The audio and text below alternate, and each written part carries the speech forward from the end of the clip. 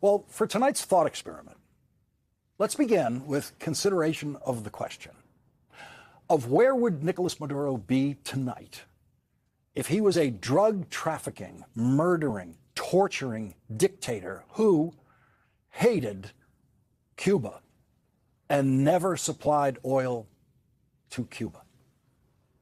Marco Rubio wants you to believe that it's about this. It's all about this. Marco Rubio says that this 25-page indictment is the reason the United States of America invaded Venezuela and captured Nicolas Maduro and his wife. Most of the pages of the 25-page indictment do not attempt to describe crimes committed by Maduro or his wife. The indictment alleges that Maduro and his wife participated in a drug trafficking conspiracy. The only specifics offered about any criminal action involving Nicolas Maduro or his wife refer only to one meeting that his wife attended in 2007, 6 years before she married Maduro and long before Maduro became president of Venezuela. And according to the indictment, in that meeting, Maduro's future wife, quote, accepted hundreds of thousands of dollars in bribes to broker a meeting between a large-scale drug trafficker and the director of Venezuela's National Anti-Drug Office. That's it. No specifics about that. No indication of how they know that. And no meetings actually involving Nicolas Maduro are described in the indictment. This is as vague an indictment as you could imagine. But this is why Marco Rubio and Donald Trump launched their one-day war with Venezuela, according to Marco Rubio. The drug trafficking conspiracy described on page 9 of this indictment says the transshipment points in Honduras, Guatemala, and Mexico similarly relied on a culture of corruption in which cocaine traffickers operating in those countries paid a portion of their own profits to politicians who protected them and aided them. And last month, Donald Trump pardoned one of the politicians described in that sentence on page 9 of this new indictment, the former president of Honduras. A politician referred to in this Trump Justice Department indictment was pardoned by Donald Trump last month, pardoned for drug trafficking scheme that is mentioned in the new indictment.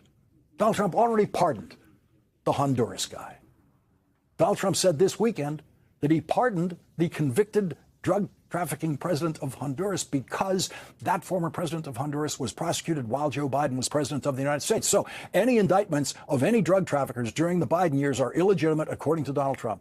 And Donald Trump's Justice Department rewrote that indictment, wrote a new indictment for Marco Rubio to stand behind, claiming that he did not wage war on Venezuela. He was simply using the military to enforce an arrest warrant for the Department of Justice.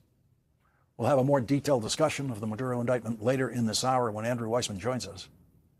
Since Donald Trump's last consideration of a Latin American president accused of and convicted of drug trafficking was to pardon him, there is absolutely no reason to believe that the indictment is why the United States invaded Venezuela. What Marco Rubio did in Venezuela after spending most of the last year, we now know, secretly masterminding the invasion of Venezuela and the capture of Nicolas Maduro, was the closest Marco Rubio could come right now to delivering on the dream that will never die. It is the dream of some Cuban Americans like Marco Rubio and other right-wing extremists in the United States, the dream many of them have held since April of 1961, when a similarly planned invasion of Cuba failed at the Bay of Pigs. 87 days into John F. Kennedy's presidency, the CIA executed a long-planned invasion of Cuba, a plan that began before the Kennedy presidency. The invasion was at the Bay of Pigs, and it was defeated by Fidel Castro, who personally commanded the Cuban Defense Forces at the point of battle.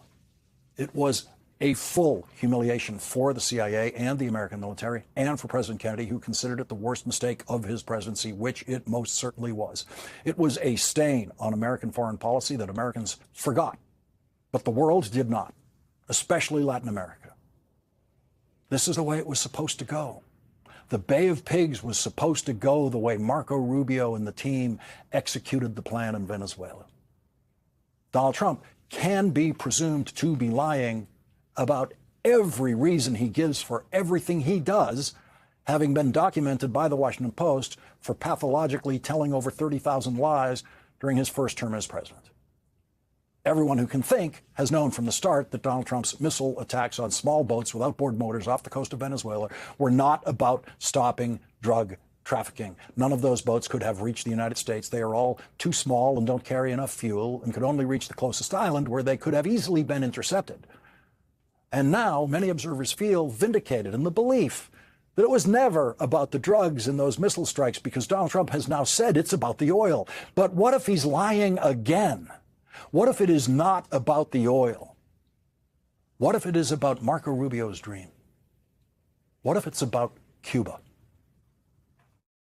Cuba is going to be something we'll end up talking about, because Cuba is a failing nation right now, very badly failing nation. And we want to help the people of, it's very similar in the sense that we want to help the people in Cuba, but we want to also help the people that were forced out of Cuba and living in this country. Do you want to say something about that, Marco, please? Well, I mean, I just gave you a statement a few minutes ago about, when the president speaks, you should take him seriously. So suffice it to say, Cuba is a disaster. It's run by incompetent, senile men, and in some cases, not senile, but incompetent nonetheless. It has no economy. It's in total collapse. And by the way, they were, all of the guards that helped protect Maduro, this is well known, their whole spy agency, all that were full of Cubans. I mean, it's amazing. This poor island took over Venezuela in some cases. One of the biggest problems the Venezuelans have is they have to declare independence from Cuba. They tried to basically colonize it from a security standpoint. So, yeah, look, if I lived in Havana and I was in the government, I'd be concerned, at least a little bit. A little bit. Marco Rubio doesn't really care about Venezuela.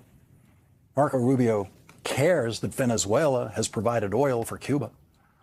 Marco Rubio wants to starve Cuba of oil and all other resources. That has been the failed purpose of the American embargo on Cuba for our entire lifetimes. Donald Trump may understand none of this, or he might understand a little bit of it. But it doesn't seem impossible for Marco Rubio to convince Donald Trump of the glorious place in history for him if he becomes the American president who finally liberates Cuba from dictatorship, finally fulfills the dream that will never die. If starving Cuba of resources does not work, we have now seen the dress rehearsal for an invasion of Cuba aimed at regime change. If that happens, when a reporter asks who will be running Cuba, there would be no disagreement between Donald Trump and Marco Rubio. Marco Rubio would proudly announce that he is running Cuba if he gets that chance. If Cuba is the real target, it serves Donald Trump's fog of confusion style to throw in threats to Colombia and Greenland and any other place he can think of while he's at it. There will never be a move of any kind against Greenland. Greenland is nothing but a Trump device for distraction, and it works. You will be able to find television discussions of, will they send troops to Greenland? Every second of that is nonsense, and every second of that is a successful Trumpian distraction from what they are really doing. President Kennedy was in the grip of very bad advice when he agreed to launch the Bay of Pigs invasion, an invasion that had been planned. The beginning of the planning occurred under President Eisenhower, the Republican president who preceded President Kennedy. American presidential politics has been in the grip of the Cuban-American dream of overthrowing dictatorship in Cuba ever since. And because Cuban Americans are concentrated in the important electoral college state of Florida, the United States of America has been politically, in effect, prevented through the mathematics of presidential politics from normalizing relations with the harmless little country 90 miles from Florida. Republicans in particular have spent the last 65 years lying about how threatening to the United States and the world the tiny country of Cuba is. And now Donald Trump and Marco Rubio have shown how easy it is to lie to a very supportive Republican Party and presumably Republican voters about what a threat to the national security of the United States Venezuela is. No one had ever heard that before, but they have succeeded on their side of our politics with that lie. Donald Trump believes the American military is his plaything. But the law and the Constitution says otherwise. The power to initiate war lies exclusively with Congress, and the power to initiate emergency military action for national defense rests with the president, but since 1973 requires the president to follow a formal notification process with Congress. That is the law. That law was violated by Marco Rubio willfully and Donald Trump willfully in their invasion of Venezuela. But today, Marco Rubio explained it all. Do you believe they did this Venezuela thing for the reasons they say they did it? They said it was about fentanyl. That was their initial explanation. Even they now acknowledge, though, that fentanyl doesn't actually come from Venezuela. Then they tweaked that pretext to say, OK, it is about drugs, but it's not fentanyl. OK, maybe that was wrong. It's about cocaine. Yeah, because if one thinks about crusading against cocaine, one definitely thinks about the Trump family. Am I right? But that was an awkward pretext, too, because even though some cocaine does come through Venezuela, experts say that cocaine is generally bound for Europe, not for the United States. So that's kind of a weird thing for us to be all fired up about them in particular. That pretext was then completely blown up anyway when Trump gave a pardon to the former president of Honduras, who really was convicted of trafficking more than 400 tons of cocaine, not to Europe, but to the United States. If Trump supposedly cares so much about a foreign leader being responsible for trafficking cocaine into the United States, why did Trump pardon a foreign leader literally convicted of smuggling hundreds of tons of cocaine into the United States? Why did he do that? If he cares about this, right? Well, he said at the time that he did it, quote, because if somebody sells drugs in that country, that doesn't mean you arrest the president. That's what he said about pardoning the guy from Honduras. So the idea that Trump needed to arrest the guy in Venezuela for that same alleged crime, he pardoned the president of Honduras for that, but he needed to go invade Venezuela to get the president there for that same thing? How do you make sense of that? Maybe the only way to make sense of that is to acknowledge rationally that that is maybe not the real motivation at work for what we just did in Venezuela, right? So what is the real motivation at work? I mean, they've tried a few different explanations when those kind of slid off the slippery slope, right? After they invaded and abducted Maduro this weekend, Trump told reporters that Maduro was a dictator, which is true, but that is not exactly a mark against someone from Donald Trump's perspective. He loves dictators. Remember when he told Fox News he wants his people to pay attention to him the way they pay attention to Kim Jong-un in North Korea? Right? I mean, Trump said the thing he likes the most about Xi Jinping in China is that he's seized power for life. Trump rolled out a literal red carpet for Vladimir Putin in Alaska and then kind of danced on it with excitement while he was waiting for him to get there. Yeah, Maduro being a dictator is the problem? They're also now saying that Maduro wasn't the legitimately elected president of Venezuela. And yes, fair enough. But is that really why we invaded? If Trump's supposed reason for invading Venezuela and abducting, seizing Nicolas Maduro is that the last election in that country didn't legitimately elect Maduro to be president, well, the other person who stood with Maduro in that election was his vice president. And now Trump is recognizing her as the legitimate leader of Venezuela. So make that make sense, right? I mean, because of the illegitimacy of that last election, we invaded that country so that now we can recognize the vice president who was elected in that same illegitimate election? That doesn't make sense either. What's the actual reason that we did it?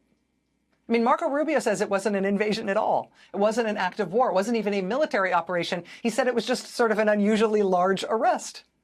We just needed 15,000 troops and more than 100 aircraft and Delta Force there to protect the law enforcement officers who were carrying out the arrest. But it was just an arrest. And sure, why not arrest his wife too, right? Doesn't everybody always get arrested with their family members? And what kind of law enforcement operation, just serving an arrest warrant, as Marco Rubio would have us believe, what kind of law enforcement operation serving an arrest warrant like that ends with the arresting force saying, okay, now we run your country and also we are taking all your oil? And yes, Trump does bluntly say we're there for the oil. We're there to take the oil. Are we? Reuters had some really interesting reporting about that today, and I think this is going to turn out to be important here. Here's the headline from Reuters today. Quote, Trump administration has not consulted U.S. oil majors about Venezuela, oil execs say. Quote, the Trump administration did not consult with oil companies ExxonMobil, ConocoPhillips, or Chevron Corporation about Venezuela before or after U.S. forces captured the South American country's president, Nicolas Maduro, according to 4 oil industry executives familiar with the matter. That contradicts President Donald Trump's assertion aboard Air Force One on Sunday that he had spoken to all of the U.S. oil companies before and after Maduro's capture about his plans for investing in the country. 3 sources said the companies had no prior knowledge about the U.S. operation to seize Maduro and had held no conversations with the Trump administration about investing there as of Sunday. Trump told reporters, oh, yes, I've been talking to the oil companies. I talked to them before. I've talked to them since. The oil companies are like, no, dude, no, you didn't. Donald Trump likes the sound of let's take the oil. He thinks that sounds cool and transgressive and tough. Thinks it makes him sound like kind of a king, kind of a military conquest kind of guy. Contrary to our popular imagination about Donald Trump, he supported the invasion of Iraq in 2003. He said he was for it. He actually said the only thing that was wrong with what we did in starting that disastrous war in Iraq is that we should have taken the oil. Even in his first run for president in 2016, he would repeat that. We should have taken the oil. He loves the sound of that. Does he know what that means? Because Venezuela's oil is not like sitting in barrels on shelves in a store and we can just march in there with a gun and a balaclava and demand that they hand it over. Venezuela's oil isn't sitting there for us to take in some convenient package. Venezuela's oil is under the surface of the earth. It needs to be drilled down to, and then pumped up. And for that, you need a working electrical grid that provides you tons of reliable electricity. You need many trained workers. You need political stability and working ports and roads and physical security for your operations. You need contract law to work. You need billions and billions and billions of dollars, including billions of dollars worth of expensive equipment and expert investment. You need investments that you will not recoup immediately. It will take years, if not decades. I mean, if you're Exxon, do you think that because Trump just invaded and took away their president, now Venezuela is a great place? It's going to be an excellent and stable place to make big investments that won't pay off for years? Multi-billion-dollar investments that won't pay off for years, if not decades? Do you think they feel confident about that? And if you're the president of Exxon, you're thinking about that, and you're thinking about making those big investments to go drill oil in Venezuela and it won't pay off for years, are you sure that you're going to be able to recoup your investment? And once you start recouping your investment, are you planning on then donating the proceeds you earn to Donald Trump or to the U.S. Treasury? Because when Trump says we're going to take the oil, he's saying the oil is going to pay for us running that country indefinitely. It's going to reimburse us for everything we're going to do to run that country. So Exxon's just going to give us the money? Oil isn't a thing you just mug someone for and then take it to the pawn shop for cash. Donald Trump has liked the sound of take the oil for decades now, but take the oil doesn't even make sense to explain his invasion of Venezuela this weekend. Yes, the United States can take action to hurt their oil industry or their oil income, but there's no magic wand. There's certainly no military action that can be taken to, hey, presto, build them a new oil industry. And they wouldn't be able to even do it themselves under duress or even as a favor to Trump, just because Trump is threatening to invade them more times if they don't. And so what is it? Why do it? I would say the best clue that we have is this. CBS poll. Do you see Venezuela as a major threat to the security of the United States? No. 87% of the American public says no, we do not see Venezuela as a major threat to the United States. Same poll. Has the Trump administration clearly explained the U.S. position on military action in Venezuela? No. 76% of the public says no, there has not been a clear explanation from the Trump administration on whatever the heck it is doing in Venezuela. I mean, listen, at least when they started the Iraq war, they bothered to tell us fairy tales about it, right? To concertedly, strategically, energetically, in a sustained way, tell us big porky pie lies about supposed weapons in Iraq and how dangerous Saddam Hussein was to America. That was all designed to get the American people on the side of us invading Iraq, even if they did so under false pretenses. Here, they're barely bothered, right? Oh, yeah, we're going down there for drugs. Oh, other drugs. No, we're going down there because we really don't like dictators. Is that going to fly? No, we're going to go down there and take the oil. Trump at least likes saying that, although there appears to be no operable planning behind it at all. I mean, maybe we just went down to Venezuela to enforce the gun laws, to charge Nicolas Maduro with illegal weapons possession. Or maybe we went for election integrity. I mean, does any of this sound remotely plausible or like they're even trying to make it seem plausible? They're not even trying. And maybe that is the important point here. Maybe the most important thing going on here is that Donald Trump does not believe he needs to even try to convince you of some reason, some false reason or some true reason that explains why he is using the U.S. military the way he is. Maybe what this is the simplest thing imaginable. Maybe what this is a president who can barely bother with coming up with some clearly false pretext, because what he really wants is totally unilateral, totally unaccountable, unquestioned ability to use the U.S. military anywhere for any purpose against anyone, even if it is inexplicable or unpopular or even illegal. He wants to break the perceived connection between public legitimacy for military action and the use of the United States military. He wants the ability to use the U.S. military with the consent of no one. And so we are seeing him use the U.S. military in the Middle East, yes, like lots of other presidents, and also in Nigeria, and also in Iran, and also now in the Caribbean, and in the Pacific, and in South America, and in Los Angeles, and in Portland, and in Chicago, and in Washington, and. Begin with the ousted Venezuelan leader, Nicolas Maduro. He was in a federal courtroom in Manhattan today, the product of this controversial Trump administration foreign policy action. And we're going to report on all of that, the facts, the law, such as it is, and where we go from here tonight. There is, at minimum, major confusion, if not outright revulsion, at what the Trump administration has done in the name of the American people, without their input or consent through Congress or any other way. And there are questions now about the president's motives and plans across the board, even as many people look at the extraction effort and say, okay, the military did its job. They understood the assignment. They completed the objective. But what is the purpose of all this?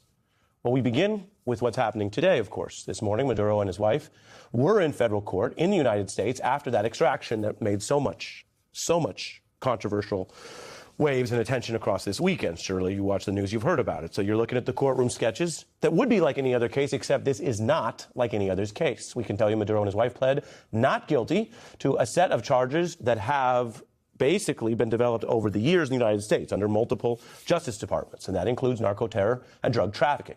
Maduro used his appearance in American court today, which is effectively the first time he's really had a platform to say anything after this unusual foreign policy attack and use of warlike United States power, to say, quote, I have been kidnapped since Saturday. I was captured at my home in Caracas. A helicopter transported Maduro and his wife from where they were being held in federal custody in a Brooklyn jail this morning. You can see that transfer there. The armored van then drove them to the federal courthouse. Maduro also asserted what is, under at least international law and territorial jurisdiction, a fact as best we understood it, including according to the interim leadership of his country since he was extracted. He said, and I read this quote simply, I am still president of my country. Now, as mentioned in Venezuela, Delcy Rodriguez, who was basically their version of his vice president, was also, as a practical matter, sworn in as the interim president, with Maduro being held under his resistance inside the United States. Secretary of State Rubio, Defense Secretary Hegseth, and other Trump officials are doing now what they refused to do in advance or even in the hours after this operation became public, which is, after this delay, briefing top lawmakers in both parties. There will be questions about what they are doing, what the plans are, and why, from the beginning of this operation, so many of the war powers that the Trump administration insists on wielding are done directly without any consultation or discussion, let alone formal authorization or vote from the United States Congress. You don't have to be a history buff to remember how much Donald Trump, the candidate, criticized the Republican Bush administration for the Iraq War. Trump, like many others, deemed it a failure, costly, external regime change, etc. But even that war, however unpopular it proved to be, was, of course, authorized by Congress. That is the way the Constitution and the War Powers Act envisions the use of these kind of war powers, period. Now, this issue is, as the Washington Post puts it, clouded in confusion what the Trump administration is literally doing. Are we going to try to run this country, which is all about double the population of Iraq? If you would have asked any American going into, say, the Christmas break, which countries should we be at war with? Or is there a country that we want to run? Almost no one would say, let's go spend time, treasure, and risk on Venezuela for whatever reasons. And Trump and Rubio are, even as they oversee this project, essentially contradicting each other. We're going to run the country until such time as we can do a safe, proper, and judicious transition. What we are running is the direction that this is going to moving forward. Don't ask me who's in charge, because I'll give you an answer and it'll be very controversial. What does that mean? It means we're in charge. Are you running Venezuela right now? Yeah, I mean, I keep people, fixating on that. It's not running, it's running policy. The policy with regards to this. The president, we're running it and in charge. His chief diplomat, national security advisor, who was involved in all this, says, no, not that.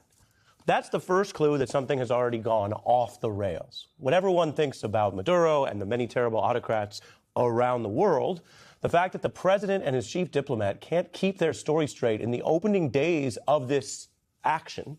The president also didn't do what you would expect any president to do, and even one like him, mindful of public relations, what they usually do is give a presentation to the country or an Oval Office address. President Trump recently did that for a small, more minor item, quite frankly, his sort of update on the country and the economy, but didn't bother that here, or the congressional authorization or consultation, as I mentioned. So, if you want to know why we are down there and whether we are running the place or not, you can't get a straight answer as we start the week on Monday after the weekend operation. Now, there is a problem with drug trafficking in the region. That's well known.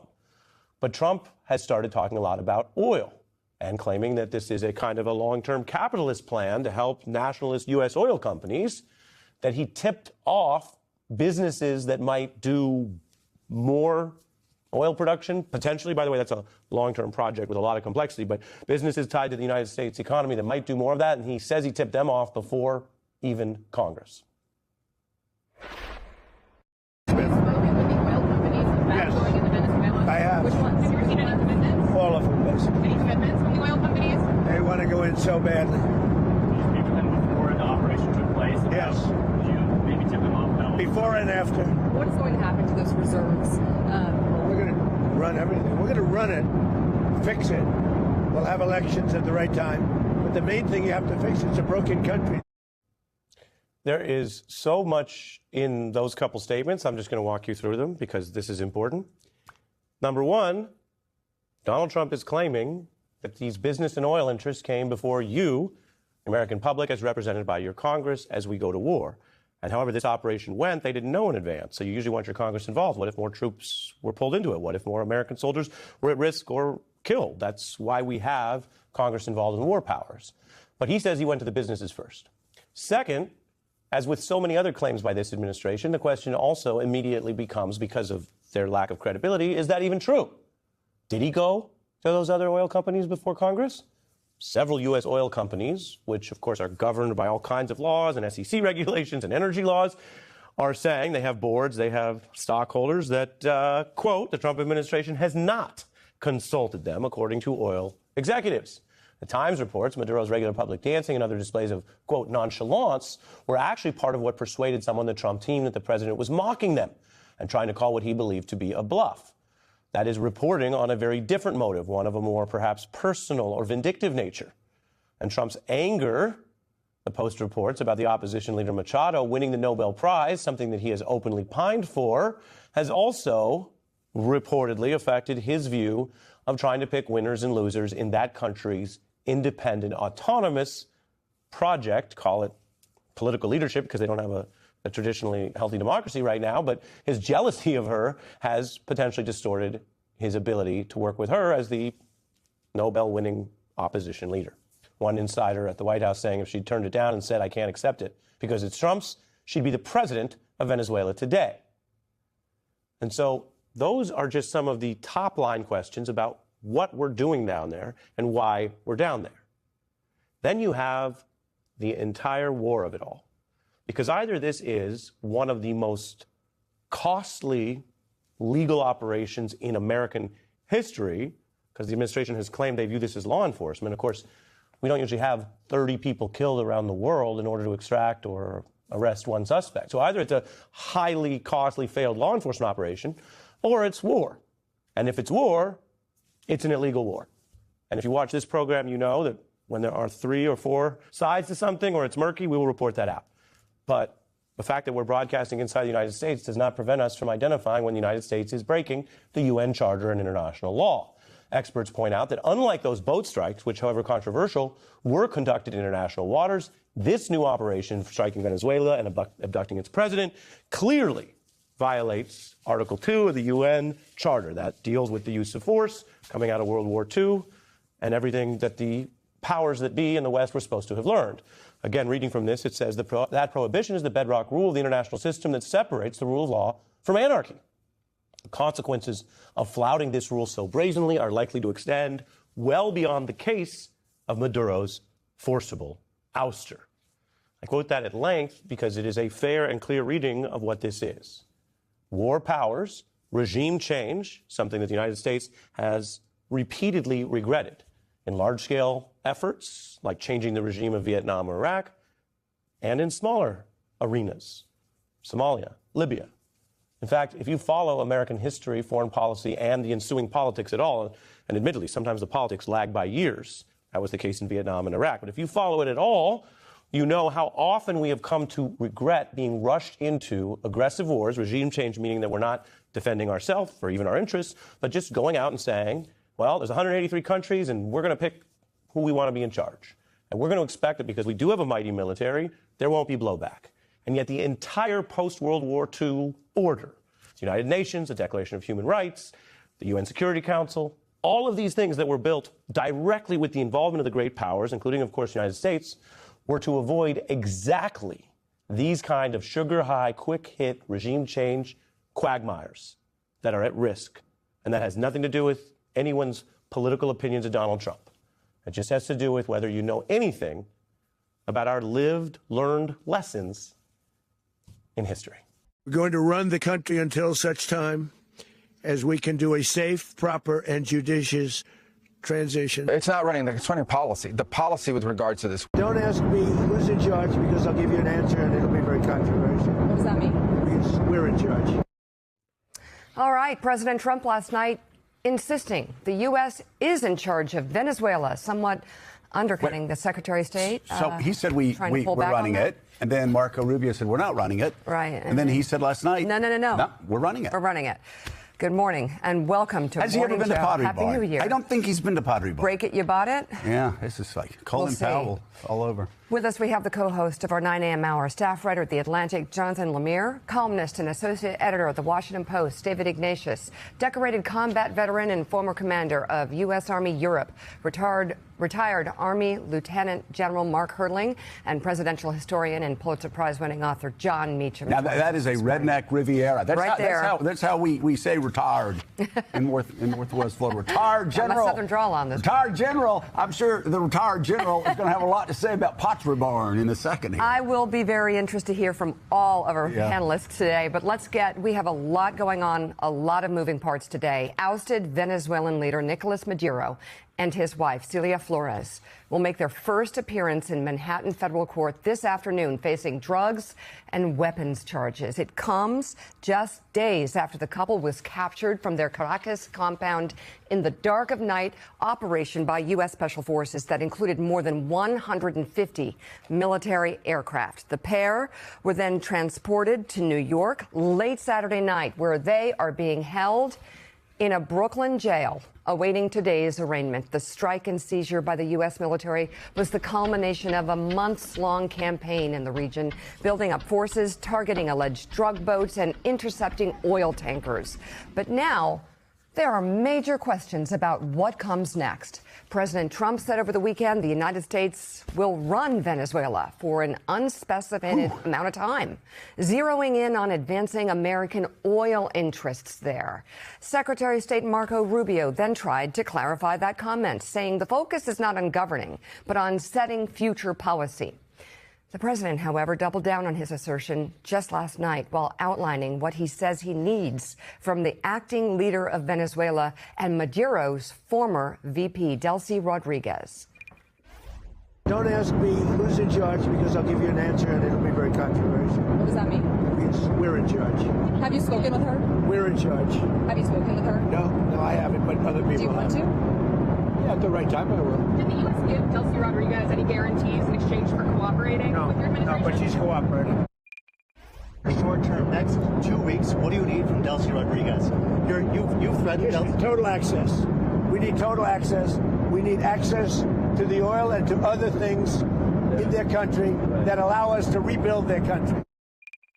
If you had to sum up Operation Absolute Resolve, would you say that it was about oil or it was about regime change? It's about peace on earth. How is it peace on earth? Peace on earth. We got to have peace. It's our hemisphere.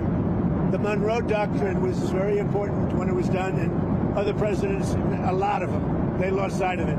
I didn't lose sight, but it really is. It's peace on earth. You know, it is stunning. It's breathtaking talking about we own this place. It reminds me of what George W. Bush said, and I looked it up on May the 1st, 2003. In the Battle of Iraq, the United States and our allies have prevailed. Yeah. And 22 years later, there's still thousands of troops in Iraq trying to maintain order there. But Donald Trump very critical of that. yeah, so you will certainly not hear from me any suggestion that Maduro was a good leader, a good man, a legitimate leader of Venezuela. He certainly was not. And I suspect in time, we hope the hemisphere will be much better with him gone. But the problem here is things never go as you expect. When you're trying regime change, the lesson of the last 20 years is regime change doesn't work. It never goes the way you expect it to go. And Mika, we saw that right out of the gate the other day when President Trump said she's going to do what we tell her to do and she's going to work with us.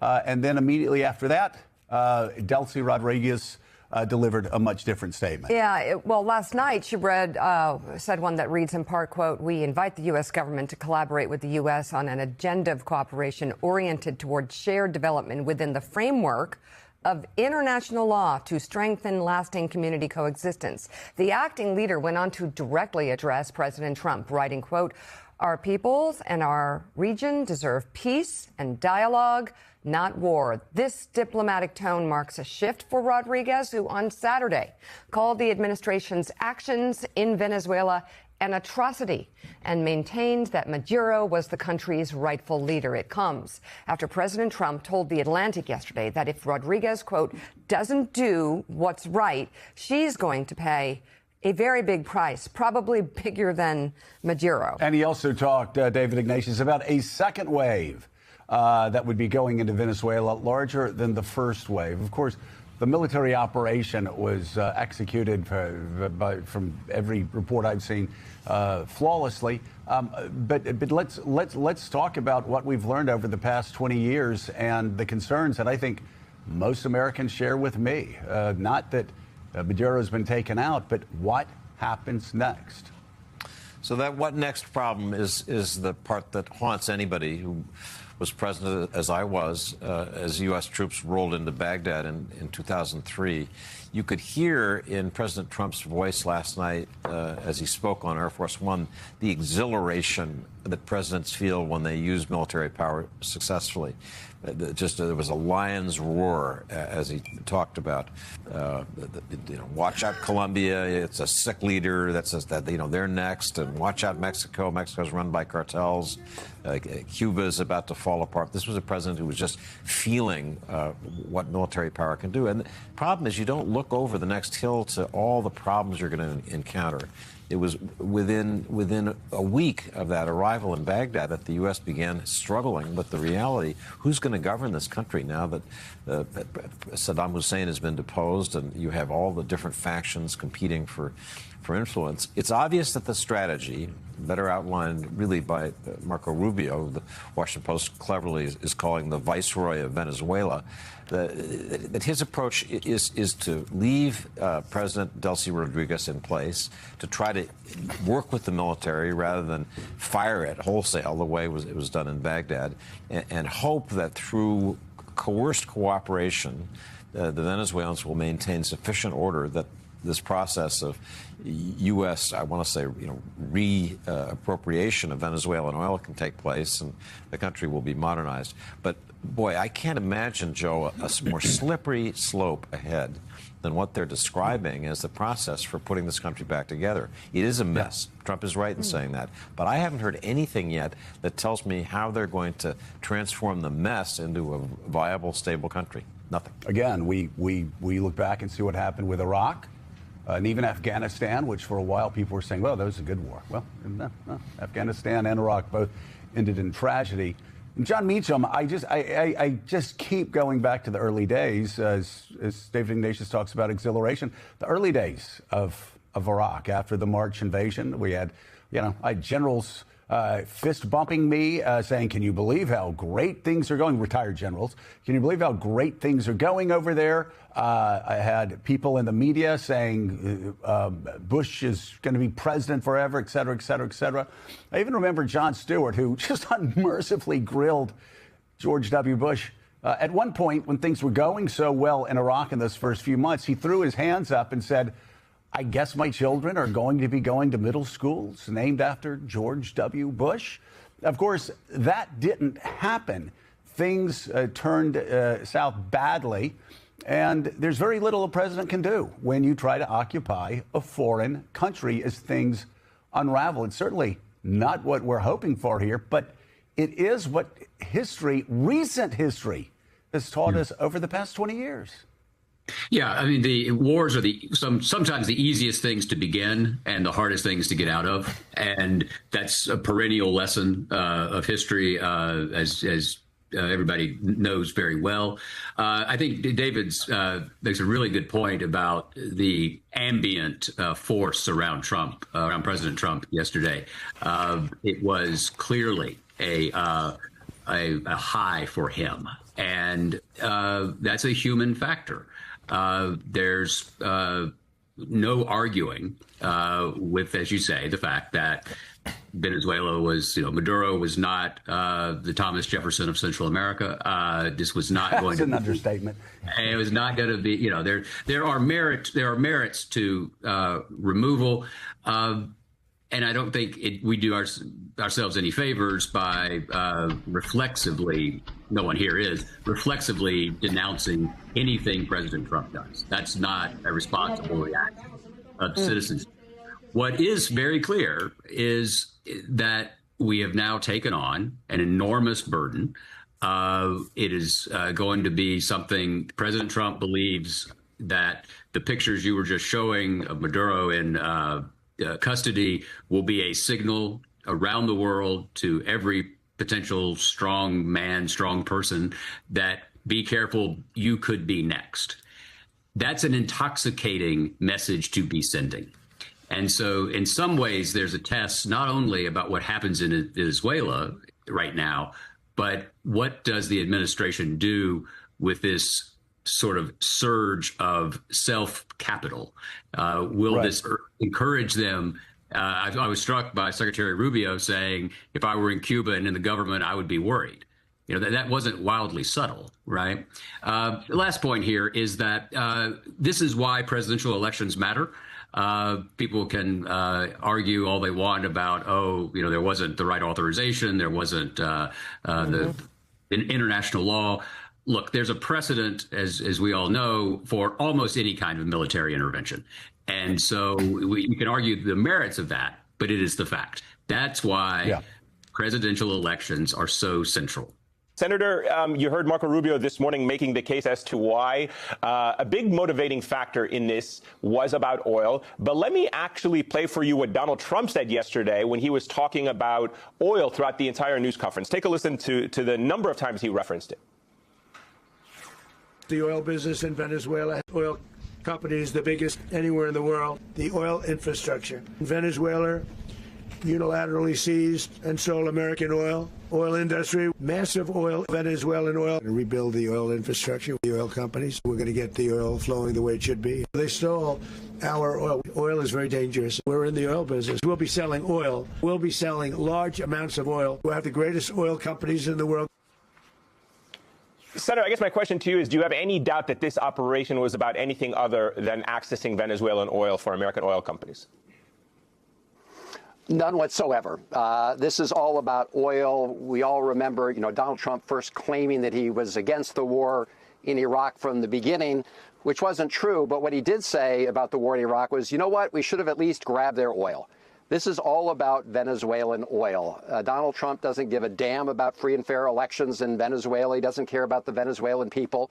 All you have to do is read their national security strategy, and they threw all of that overboard. Nor has this ever been about preventing drugs from getting to the United States. We all support stopping drugs coming from the United States, but we also know that the fentanyl is not coming from Venezuela. We know the president pardoned the former president of Honduras who'd been convicted on drug charges. This has been about getting his hands, America's hands, on Venezuela's oil for American oil companies and Trump's billionaire buddies. That's what it's about, just as the rest of his foreign policy is really organized about delivering for himself, his family, and his billionaire buddies. Senator, one other thing that this could be about in my conversations with legal and constitutional experts is the Alien Enemies Act. Of course, you've spoken out forcefully about this administration's attempted use of that. They have sent people without due process to a brutal prison in El Salvador that you have visited. And the concern here is that if they are able to say, well, we are now at war with Venezuela, or we are going to be at war with Cuba or with Mexico and all the other places that we heard members of the administration mention yesterday, that will give them the legal justification that they need to invoke the Alien Enemies Act and then continue doing what we saw done to people like Kilmar Abrego Garcia. Are you at all concerned that at least for figures like Stephen Miller, that's the actual domestic endgame here? Well, Antonia, I'm always worried about this administration, the Trump administration, and Stephen Miller concocting big lies to justify the actions they want to take. We've seen that from the beginning. Of course, they flirted with the idea of applying the Alien Enemies Act early on. The courts have made it clear that they didn't really believe that was a plausible argument. The DNI, I mean, the National Intelligence Director, they said early on that there was no issue of like a Venezuelan invasion through alien enemies. So they may try that. That will again be an issue for the courts. But look, there's no end to the lies that this administration tells the American people to try to justify what they're doing. Just as this whole issue of interdicting drugs has been a cover story for the real story, which is getting their hands on Venezuela's oil for the oil companies here in the United States. Venezuela got the new year started off with a bang, courtesy of Uncle Sam. Amor. Ay, no.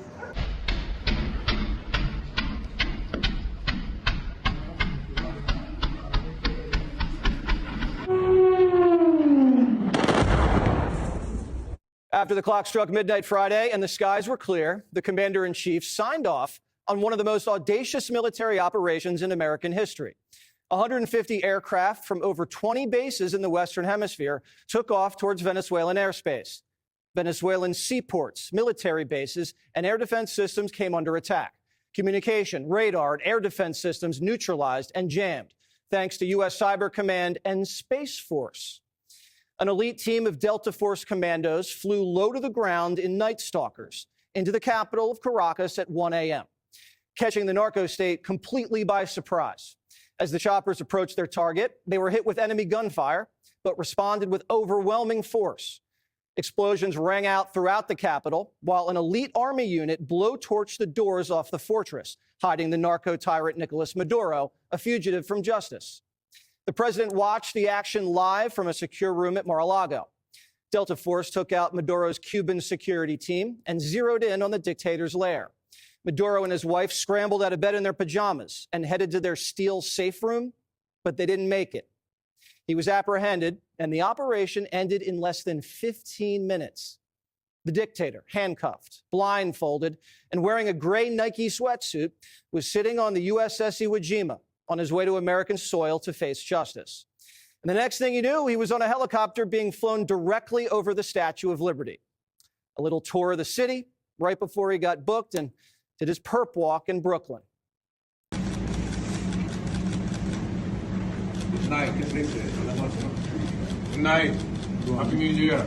Maduro and his wife are now being held in solitary confinement in one of the dingiest jails in America, where El Chapo, Diddy, Ghislaine Maxwell, and R. Kelly did time. This morning, Maduro and his wife pled not guilty to charges of narco-terrorism conspiracy, conspiracy to import cocaine, and weapons charges. So why the wife? Turns out she's the brains behind the operation, so she's getting charged too. But Maduro had options. Trump gave peace a chance. The dictator was offered an off-ramp to retire in the lap of luxury in Turkey. And now he's going to die in prison. It was one dance move too many for Venezuela's president, says the New York Times. The president felt like the dancing dictator was mocking him and trying to call his bluff. Nicolas Maduro had his chance, just like Iran had their chance, until they didn't and until he didn't. He effed around, and he found out. Maduro made the wrong move and bet on the wrong horse. Just hours before his arrest, Maduro was meeting with the Chinese, and the two nations claimed they were united. China, not a great ally. They can't even protect their own puppets. And the air defense systems they sold to Maduro didn't work. Our intelligence agencies were following his every move. A CIA team inside of Venezuela, a source inside the Venezuelan military, and American surveillance drones had Maduro's schedule down to a T. We knew what he ate, what he wore. We even knew about his pets. We watched, we waited, we prepared, we remained patient and professional. This mission was meticulously planned, drawing lessons from decades of missions over the last many years. This was an audacious operation that only the United States could do. It took 10 days and 27,000 soldiers for Bush 41 to capture Noriega in Panama. And it took Donald Trump and a Delta Force team an hour to nab Maduro in Venezuela. Not a single American soldier perished. The operation was precise, surgical, and swift. Even Obama's top spy couldn't spin it. U.S. military and U.S. intelligence are second to none in terms of their capabilities, their competence, talent, as well as their courageous actions. And so it does look as though it was a flawlessly executed operation.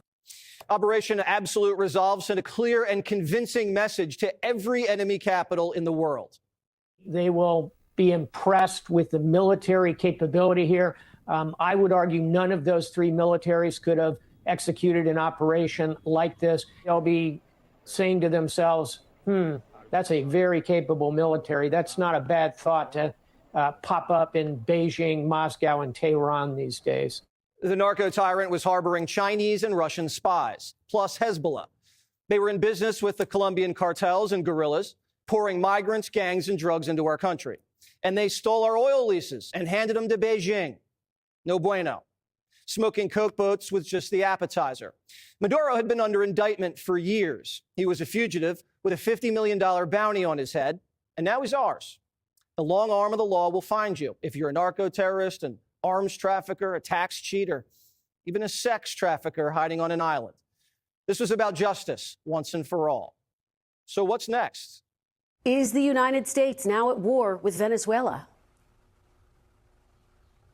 There's not a war. I mean, we are at war against drug trafficking organizations. It's not a war against Venezuela. We are enforcing American laws with regards to oil sanctions. We have sanctioned entities. We go to court. We get a warrant. We seize those boats with oil, and that will continue. This is about stopping a war, not starting one. And it's not over yet. This was not regime change. The regime's still intact. This is about changing the regime's behavior. Maduro's vice president was sworn in. Ms. Rodriguez still controls the security, military, and administrative state. The man who runs Maduro's paramilitary unit, still alive. The generals, still there. CBS, apparently not impressed with the mission, wonders, why didn't we just arrest the whole regime? I'm confused. Are they still wanted by the United States? Why didn't you arrest them if you are taking out the narco-terrorist regime. You're confused? It is not easy to land helicopters in the middle of the largest military base in the country. The guy lived on a military base. Land within 3 minutes, kick down his door, grab him, put him in handcuffs, read him his rights, put him in a helicopter, and leave the country without losing any American or any American assets. That's not an easy mission. And you're asking me, why didn't we do that in 5 other places at the same time? Do you hear yourself, Margaret? Capturing Maduro is just the beginning of the plan. From now on, Trump's the man of the house. Who's in charge of Venezuela right now? Have you spoken to the newly sworn-in president there, Rodriguez? And what are your thoughts on the entire situation? You said the U.S. would run Venezuela. We're dealing with the people. We're dealing with the people that just got sworn in. And don't ask me who's in charge, because I'll give you an answer and it'll be very controversial. What does that mean? It means we're in charge. Toppling dictators doesn't take you to the promised land. America's learned that the hard way. Democracy down there is going to take time. Maduro lost his last election in a landslide, but he didn't leave. The military and state officials are still stacked with loyalists and thieves. The Venezuela project's day to day, and we're looking for people who we can work with or pay off. In the meantime, we have naval blockade, which controls their cash flow, and gunboats parked offshore to control their behavior. We have a quarantine on their oil. That means their economy will not be able to move forward until the conditions that are in the national interest of the United States and the interest of the Venezuelan people are met. Let me ask the question again. What is the legal authority for the United States to be running Venezuela? Well, I explained to you what our goals are and how we're going to use the leverage to make it happen. Are you running Venezuela right now? George, I've explained again that the leverage that we have here is the leverage of the quarantine. Venezuela is like the Spanish Saudi Arabia. They have more proven oil reserves than anywhere in the world. Over 300 billion barrels. That's like a quarter of the world's reserves just sitting in our backyard, being squandered by thugs and communists. The oil leases were stolen from American companies. The infrastructure was left to rot. And whatever revenue they were able to squeeze out, they lined their own pockets and bribed their patrons. Once American companies produce what's rightfully theirs, energy prices go even lower, and so does inflation. It also means the Chinese will be buying the oil from us. The Iranians, they lose a customer, and low prices starve Putin's war machine in Ukraine. The American and Venezuelan people can both make money now, and we don't have to worry about a failed narco state on our doorstep. Why does the United States need to take over the Venezuelan oil industry? Why does China need their oil? Why does Russia need their oil? Why does Iran need their oil? They're not even in this continent. This is the Western Hemisphere. This is where we live. They are not going to come from outside of our hemisphere, destabilize our region in our own backyard, and us have to pay the price for it. Not under President Trump. The Trump administration's pivoting away from the Middle East, making NATO share the burden in Europe, and refocusing on the Western Hemisphere.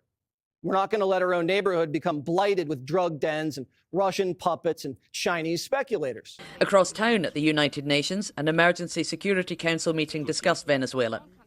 American allies made clear their reservations that the US has breached international law and may have set a dangerous precedent. Friends of the Maduro regime, like Russia and China, went even further. We cannot allow the United States to proclaim itself as some kind of a supreme judge, which alone bears the right to invade any country, to label culprits, to hand down and to enforce punishments, irrespective of notions of international law. We urge the US to heed the overwhelming voice of the international community, abide by international law and the purposes and principles of the UN Charter, and cease infringing upon the sovereignty and security of other countries. President Trump's envoy to the UN said the US was entirely justified in its actions. There is no war against Venezuela or its people. We are not occupying a country. This was a law enforcement operation. Can you tell us what the president means when he says this? Is acting President Delcy Rodriguez in charge? Is she running Venezuela or not? Well, what the president said is true. The United States of America is running Venezuela. By definition, that's true. Jake, we live in a world in which you can talk all you want about international niceties and everything else. But we live in a world, in the real world, Jake, that is governed by strength, that is governed by force, that is governed by power. These are the iron laws of the world that have existed since the beginning of time. But in terms of day-to-day operations in Venezuela, that is acting President Rodriguez, right? It's not some sort of American emissary. No, what I'm saying is we'll keep going here, Jake. So I want to say what I'm saying, and you'll follow up. But what I'm saying is just one level above that, which is that by definition, we are in charge because we have the United States military stationed outside the country. We set the terms and conditions. We have a complete embargo on all of their oil and their ability to do commerce. So for them to do commerce, they need our permission. For them to be able to run an economy, they need our permission. So the United States is in charge. The United States is running the country during this transition period. If that's now, true, obviously, that doesn't mean that President Trump is setting the bus fare schedule inside the country. So it doesn't mean that President Trump is assigning the K-12 curriculum in the country. The indictment that the president and the military were acting on from 2020 was of 6 people. 2 of them were seized on Saturday by our special operators. There are 4 other individuals indicted who remain in Venezuela. Is the U.S. demanding that they be turned over? One of them is Maduro's son. One of them is a former government official. One is a current government official. And one of them is the head of Tren de Aragua, as I'm sure you know. Are they going to be turned over if President Trump is, in fact, running Venezuela in the way you describe? Well, I don't want to. Obviously, we have to balance here, Jake, which I think you more than most understand. We have to balance between, of course, what I can say to you publicly versus very close hold conversations that might be happening privately. And I know you understand and respect that. But I'll answer the question in this way. There might be individuals who are fugitives from American justice that could become part of a future conversation. But it's also true that for government leaders inside of Venezuela, and as the president has said, right, we want an interim government that will respect the interests of the people of Venezuela, that wants a good, peaceful, secure future for Venezuela. Yesterday, around this time, we were learning the details of a U.S. military mission involving 150 aircraft, Delta Force soldiers, and an FBI hostage team. They executed strikes across the Venezuelan capital of Caracas, hitting military bases. A Venezuelan official who spoke to the New York Times on the condition of anonymity estimates that 40 people were killed, including civilians and military personnel. A team of helicopters reached what President Trump called Maduro's fortress, where U.S. troops were able to seize Maduro and his wife and remove them from the country. In a firefight at the compound, several U.S. soldiers were injured, but all are in stable condition, according to the chairman of the Joint Chiefs of Staff, General Dan Kane.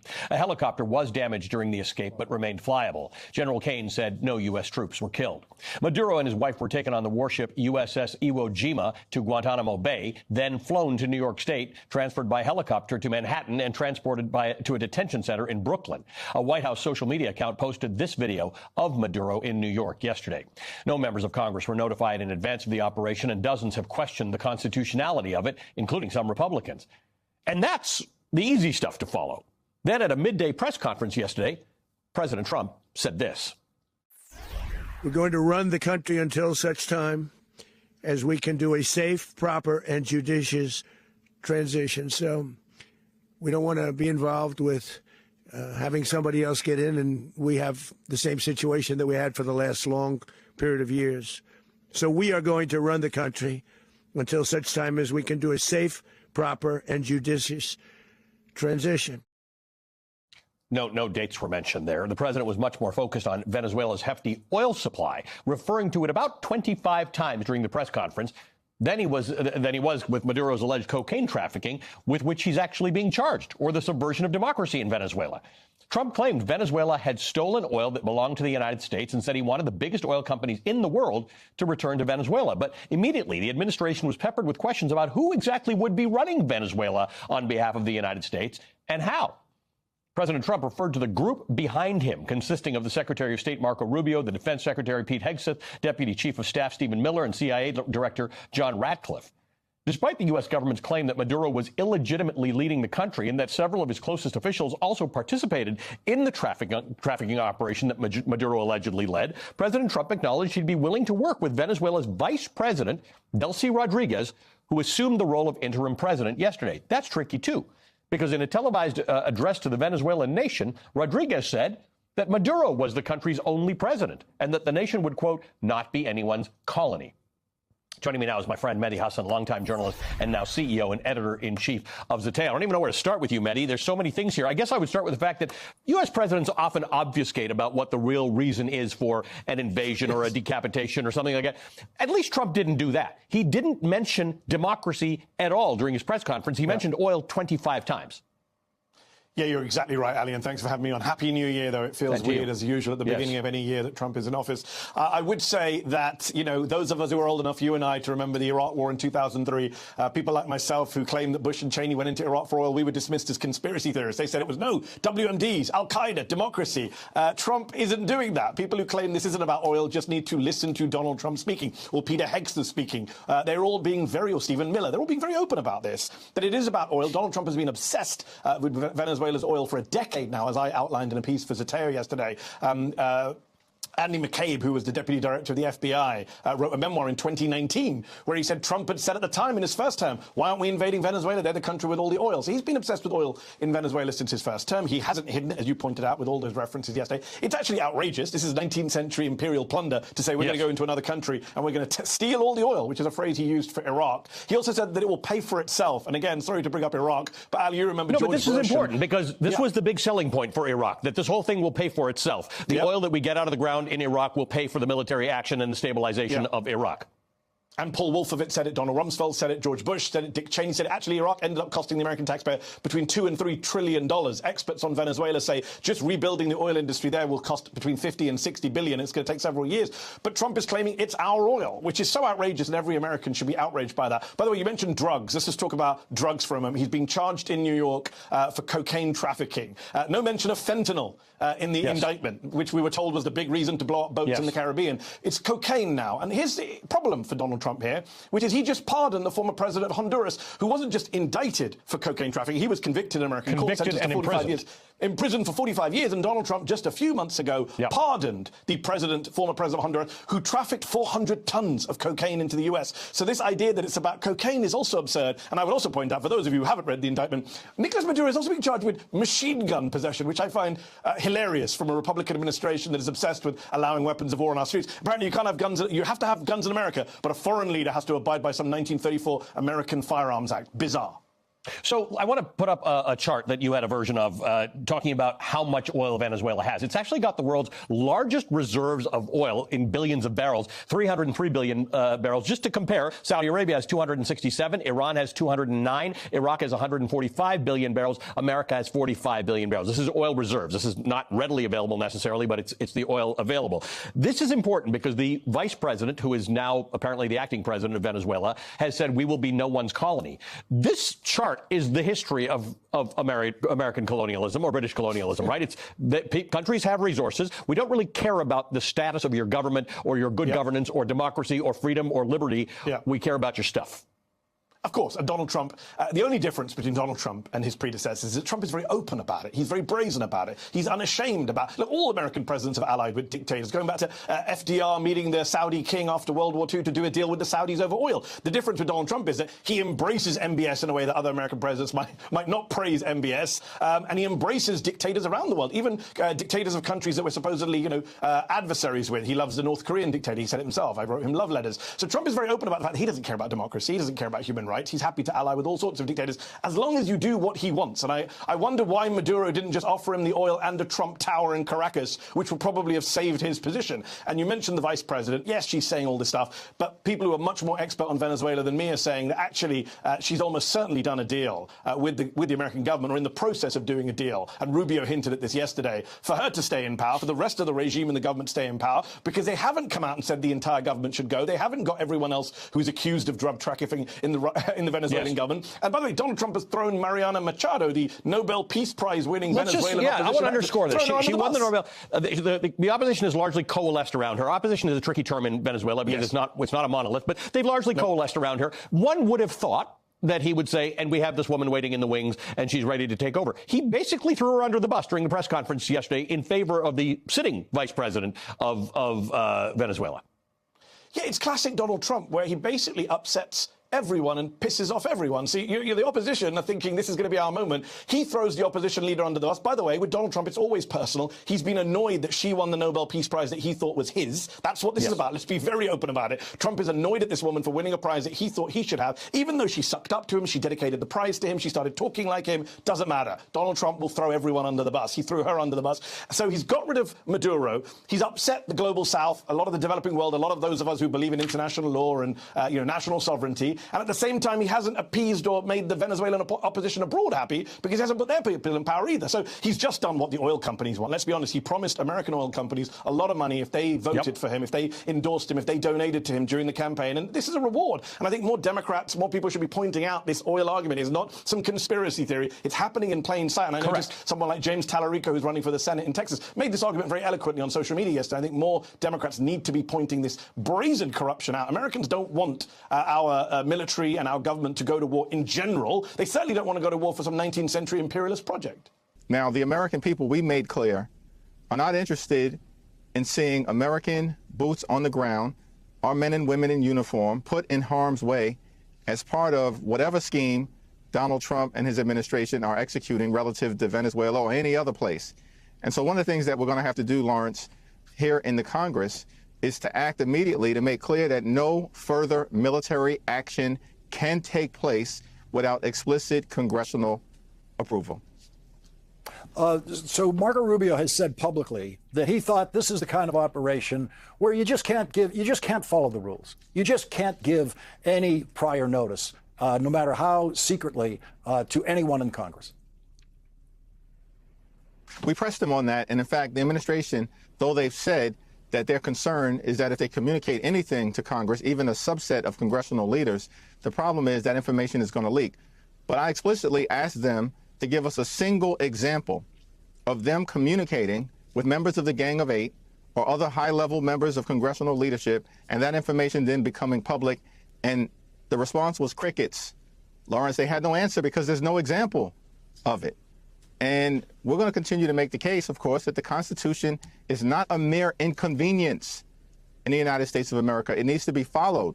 And Congress explicitly was given the sole authority to declare war and therefore to authorize acts of military aggression that have all of the indicia of an act of war.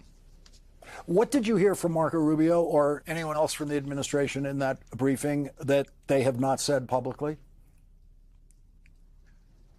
Well, you know, we're not at liberty, of course, to reveal many of the details that were discussed because it was a highly classified briefing. But suffice is to say that many of us, I don't think, were persuaded that the justification that has been articulated publicly by the administration, that this was a law enforcement operation that had anything to do, you know, with keeping the American people safe. We weren't persuaded by, you know, that argument because they can't explain in clear terms how this helps the national security of the American people in any way, shape, or form.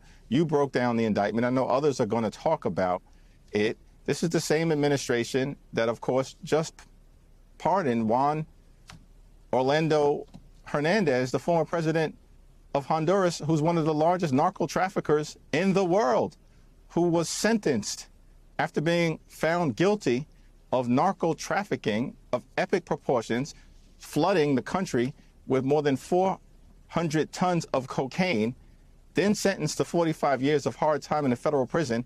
Donald Trump pardons him just a few weeks ago, and they now want the country to believe that this unprecedented military action in Venezuela is about narco trafficking. Of course it's not. It does appear to be about oil, and I can tell you that there was a lot of conversation, we've heard this publicly as well, about oil and American access to that oil and being able to control it, but still nothing that was discussed as it relates to how the life of everyday Americans is going to be made any better. What did you come out of it with an understanding of what the administration's next step is in Venezuela? Well, we pressed the administration on this very point, and there's a lack of clarity as it relates to the situation. Of course, the Chavez regime remains in place, and in many ways, and the Maduro folks who've taken over the last several years, they remain in place, including the vice president, who's now apparently at least the titular head of the regime at this moment. And how that makes life better for the Venezuelan people is unclear. The one thing that we'll continue to point out is that the future of Venezuela should be determined by the people of Venezuela, not by Stephen Miller, God forbid, or any other member of the Trump administration, notwithstanding what Donald Trump is talking about. But there's no real plan that we've heard from the Trump administration as to how to ensure that the Venezuelan people will actually get self-determination, the self-determination that they certainly deserve. Was there any form of confusion, between, say, the Defense Secretary, the Secretary of State, CIA Director, people in the room? Was there an indication that they, as a group, didn't know what was happening next?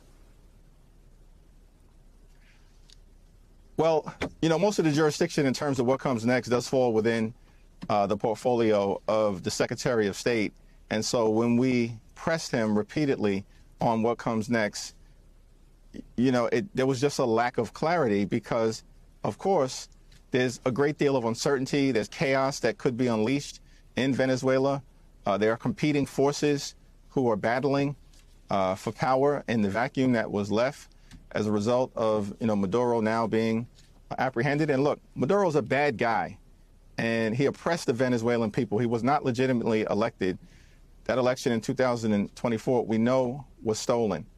But when it comes to actually having a plan to put the people of Venezuela in the best possible position moving forward, it doesn't exist. And that's problematic. And that's why when you take these type of military actions, but you're not thinking through what comes next, we've seen this turn into a disaster. That certainly was the case in Iraq.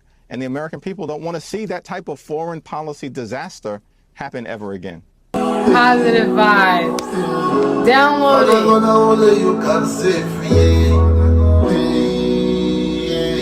The system are really trafficking me. Brother man, we've been a try, we've been a fight every day, we've never surrendered. Them here in Christ, and them don't care if we die. You see them agenda, God protect me lives. See man, them no faith in Christ, and them fail to guide them. They know the only we reside. Only but why not beside, but the world is their problem. We've been a try, we've been a fight every day, never surrender. Them here in Christ, and them don't care if we die. See them agenda, Lord protect me lives. See man, them no faith in Christ, and them fail to guide them. They know the only we reside. Only but why not beside, but the world is their problem. Thank you. You can save me. Oh, it's gonna blow. You are amazing. People love your song. This is not the first time this happens to me. Last time I played it, they was like, who is this? Like, you're awesome. You're gonna make it. You're a star. You are a star, okay? You're a star, okay? Them here in Christ, and them don't care if we die. You see them agenda, Lord protect me lives. See man, them no friends in Christ, and them fail to guide them. They know the only we reside. Only but why not beside, but the world is their problem. Father, son, keep your eyes for me life and me kids. Only you can hear me Christ and you never deceive. We not perfect as human beings, we can be weakness. We always try to keep it clean and avoid the sickness. I true say many of them no real, but it's not the business. Fight is not the way to see it, man, we have it in less. So many you leave them on my yard, but them never come back. The family hope here, postcard, but them never get that. This is some plan we used to own, we go and sell it to them. The places that we used to farm them and the first wicked. Uncle Sam back them up cause he make him profit. And every time we try to turn up, take a head that we see. Grandma violence, one we street, but we still a resist. Only for man of God and preach, trying to still a persist. Hey, Father God, only you can save me. Hey, the system are really trying to kill me. Hey, we been a try, we been a fight every day, we never surrender. Them here in Christ, but them don't care if we die. We see them agenda, Lord protect me lives. The man them not afraid for Christ, and them fail to guide them. They know the only we reside. Only but why not beside, but the world is their problem. and fight. Been a fight every day, never surrender.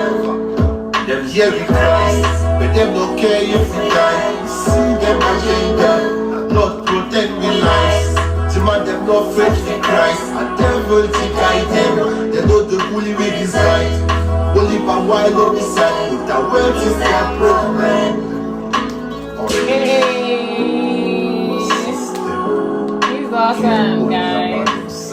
Go download his song. I think he's so cool. Okay?